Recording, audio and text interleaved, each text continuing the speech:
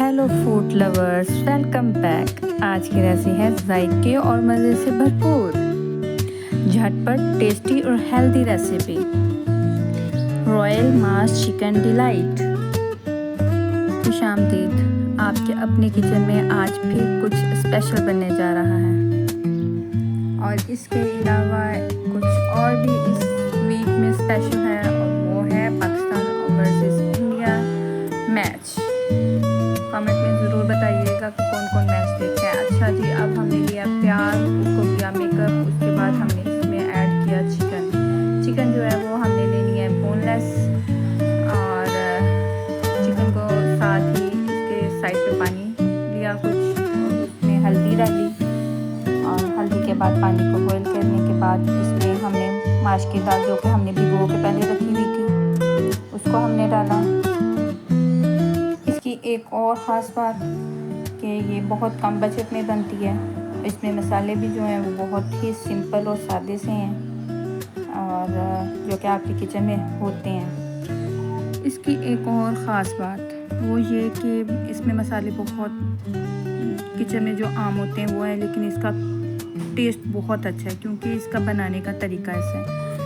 हमने दाल को चेक कर लेना है, उसके बाद हमने दाल का ये पानी जो है वो स्ट्रेन कर लेना है। जब पता चले कि हाँ ये सॉफ्ट होने पे है, ये हमारा चिकन रेडी है। इसमें हमने ऐड करनी है दाल और भी इसको अच्छी तरह से मिक्स करना है। मिक्स करने के बाद इसमें हमने ऑलमोस्ट दाल के चेक करने पे है कि नरम है या थोड़ी सख्त। उसके बाद उसमें हमने 1.5-2 कप जो है वो पानी डाल के उसको स्टीम के लिए रख देना है। हल्की आंच पे रखिएगा ताकि ये स्टीम में रहे। स्टीम में ज़्यादा अच्छी बनती है, टूटती नहीं है।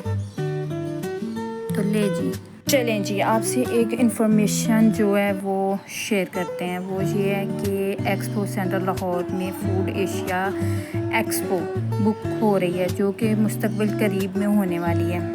और इसका फ़ायदा ये है कि 600 से ज़ायद कौमी बैनुल-अक़वामी जो फूड इंडस्ट्रीज़ हैं वो कंपनियां जो हैं वो हिस्सा ले रही हैं। तो इसका फ़ायदा ये है कि जो नए फूड बिज़नेस के लिए नेटवर्किंग का उनके लिए मौका है, आम लोगों के लिए नए ज़ायके आज़माने का मौका है, फूड सेफ्टी और क्वालिटी स्टैंड करने के बारे में जानने का बेहतरीन एक ज़रिया है।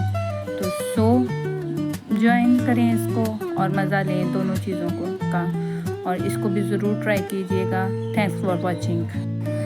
सब्सक्राइब करना ना भूलिएगा, लाइक एंड शेयर, और मज़ीद मज़ेदार शाहाना रेसिपीज़ के लिए बेल आइकन ज़रूर दबाइएगा।